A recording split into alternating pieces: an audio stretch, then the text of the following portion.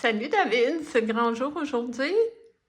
Oui, alors aujourd'hui, je vais mettre tous les trucs dans mon sac à dos qui va peser à peu près 10% de mon poids pour marcher pendant 40 jours pour faire le chemin de Compostelle.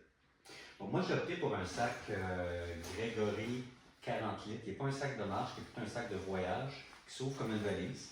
Et puis la raison est que je voudrais me servir de mon sac après Compostelle pour faire plusieurs voyages. Et j'ai pas le goût de me servir d'une valise à roulettes, je vais toujours avoir le sac sur moi, donc ça sert un peu comme valise. Et je crois que ça va bien marcher. Ce que j'amène, et je n'aime pas grand-chose, donc il y a des vêtements sur moi avec lesquels je vais marcher. En gros, ce que j'apporte, ça va être un chandail un peu plus chaud, que je pourrais rajouter par-dessus au cas où il fasse froid. Le but du chemin de Compostelle, c'est de s'habiller en couche. On a un t-shirt en laine mérino si vraiment il fait chaud. On a un chandail plus long le matin ou le soir quand il commence à faire plus froid. Ou quand il fait vraiment froid, on met à ce moment-là le chandail un peu plus chaud. Que je mets dans mon sac ici. Ça ici, on dirait un oreiller, et c'est un oreiller en fait, mais c'est également mon manteau un peu plus chaud. Donc quand on va traverser les Pyrénées ou d'autres montagnes, il va faire vraiment froid. Ce sac-là ou cet oreiller-là se transforme en manteau et vice-versa. Donc c'est un manteau de marche, de hike traditionnel pour ce type de marche-là, qui devrait très très bien faire l'affaire, je crois. Dans mon sac également, on peut voir des clous de girofle. Donc j'ai fait des petites enveloppes pour éloigner les punaises de lit et autres insectes qu'on pourrait voir sur le chemin. Donc je mets mon oreiller dans le fond ici. Également, ce que j'apporte, bien sûr, il va avoir mon cover pour mon sac, s'il pleut, donc protection du sac.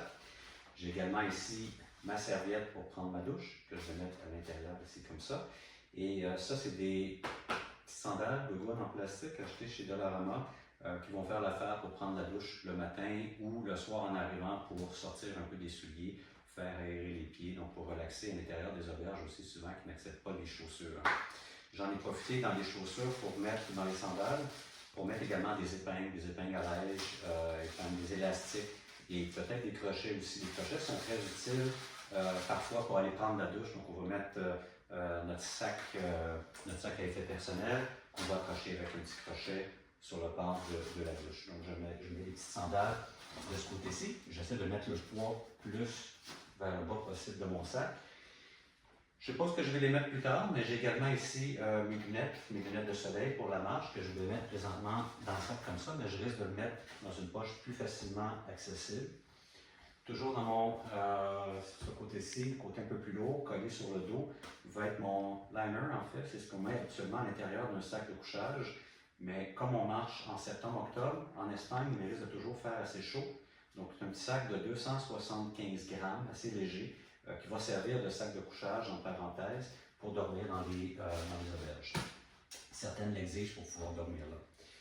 J'ai ici, je vais mettre dans cette petite poche-là un petit sac de lavage. Donc les gens, des fois, font un lavage, mais ils n'ont pas assez de vêtements pour remplir la laveuse. Souvent, les pèlerins se mettent ensemble et les voyageurs se mettent ensemble pour mettre des vêtements dans la même laveuse, mais on ne veut pas mettre nos vêtements avec ceux des autres. Donc c'est une façon de laver nos vêtements à moins de frais en partageant avec les autres personnes. En gros, ça va être pas mal ça qui va se trouver ici de mon sac. Je peux le fermer. Par la suite, ça va être plus des effets personnels dans cette poche-là. Par exemple, je pense ici mettre mon... j'ai une petite pochette pour mes vêtements, mes trucs personnels. J'ai mon déodorant, c'est ce qui prend vraiment le plus de place. J'ai également une petite affaire une petite canne de crème à barbe. J'ai ce que j'appelle un dentier, mais c'est plutôt un appareil pour le bruxisme et des bouchons pour les oreilles, des yeux, de la soie dentaire. Donc, tous les effets assez simples d'hygiène personnelle et pour dormir vont entrer dans ce sac que je mets à ce moment-là dans la poche du haut ici de mon pack-sac. Également, toujours dans cette poche-là, j'ai un savon qu'on fait nous-mêmes en fait par plaisir, mais qui va également servir de savon pour les vêtements, pour les cheveux comme shampoing et bien sûr pour la peau. Donc c'est un savon qui est plus doux, donc peut être utilisé pour les trois.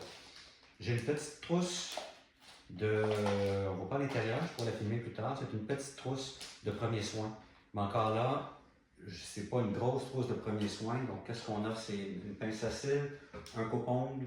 J'ai quelques petits pansements pour les éraflures, des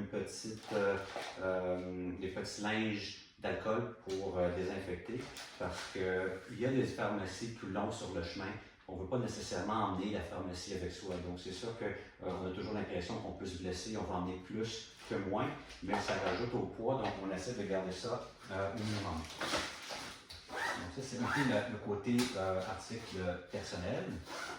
De ce côté-ci, je suis protégé de la pluie déjà, donc ça va être vraiment un peu plus mes vêtements. Vêtements et également un article pour manger. Donc, on a un petit bol si on veut manger sur le chemin. Je me suis fait un plat de grosseur de 1 ou 2 repas avec des ustensiles à l'intérieur. J'ai également 5 barres tendres qu'on devrait utiliser dans les premiers jours, surtout dans les Pyrénées. Et puis, donc ça, c'est vraiment pour manger sur le pouce. J'ai également, j'apporte mes crèmes, donc crème solaire et puis du Voltaren pour masser les muscles l'endolorie. Dans la poche avant, je vais mettre mes articles électroniques qui devraient être de ce côté-ci, plus vers l'avant. Pour les vêtements, alors, hormis un chandail et un pantalon que je porte, c'est ce que j'amène également, ça va être en double. Donc, j'ai mon deuxième pantalon qui va être dans mon sac. J'ai mon deuxième t-shirt qui va être dans mon sac. Ce t-shirt-là est un quick dry. Sur moi, présentement, j'ai en laine Merino. La laine Merino sèche assez rapidement, sans odeur, etc.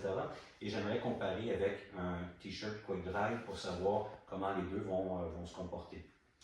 Hormis mes vêtements de tous les jours, le soir, si on fait des lavages, j'ai une petite paire de shorts qui est très légère, qui peut également servir de costume de bain au pire aller. Et j'ai également des combines s'il fait froid. Au cas où mon liner pour dormir n'est pas assez chaud, donc je vais mettre mes combines pour dormir dans le liner, ce qui va me servir de sac de couchage. Rapidement, sous-vêtements, 2 paires, avec celles que j'ai sur moi bien sûr. J'ai également 3 paires de bas. C'est mon seul luxe, c'est ce que j'amène en surplus. J'en ai sur moi, mais j'en ai également, j'ai 3 paires de bas Merino. Un qui est intéressant, qui est double, donc pour éviter que la peau frotte sur le soulier avec le bas. Donc, apparemment, qui est double, c'est encore mieux. Je ferai le test. Donc, 3 paires de bas, c'est vraiment ce que j'ai le plus comme extra.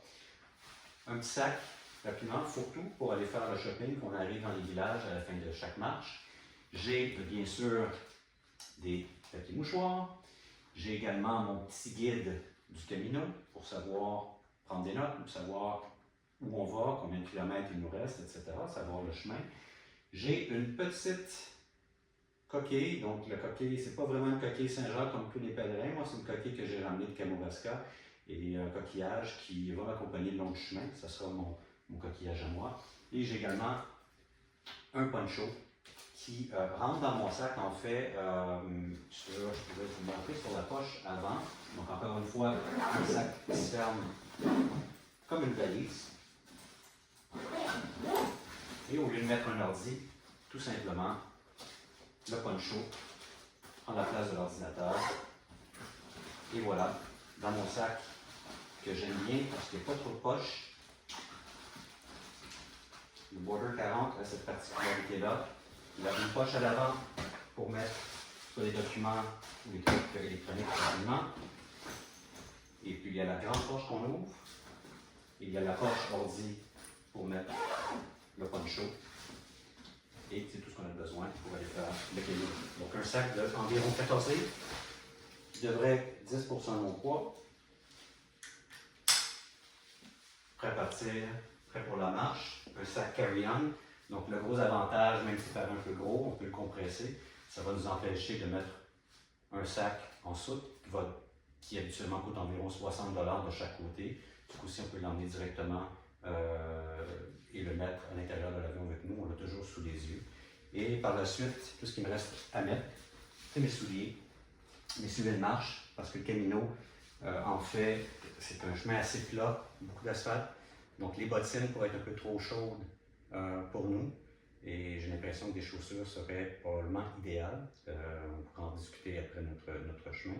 Je les ai déjà cassées, ça fait plus d'1 mois que je les ai, que je marche à travers Montréal, toutes les rues.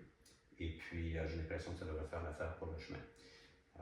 Voilà. Donc, un petit sac vraiment vite fait, bien fait, pour marcher 40 jours et faire du lavage chaque soir pour porter les mêmes vêtements qu'on va laver pour le lendemain. Ben, merci beaucoup. Bon voyage. Buen camino. Bon camino. Bye bye.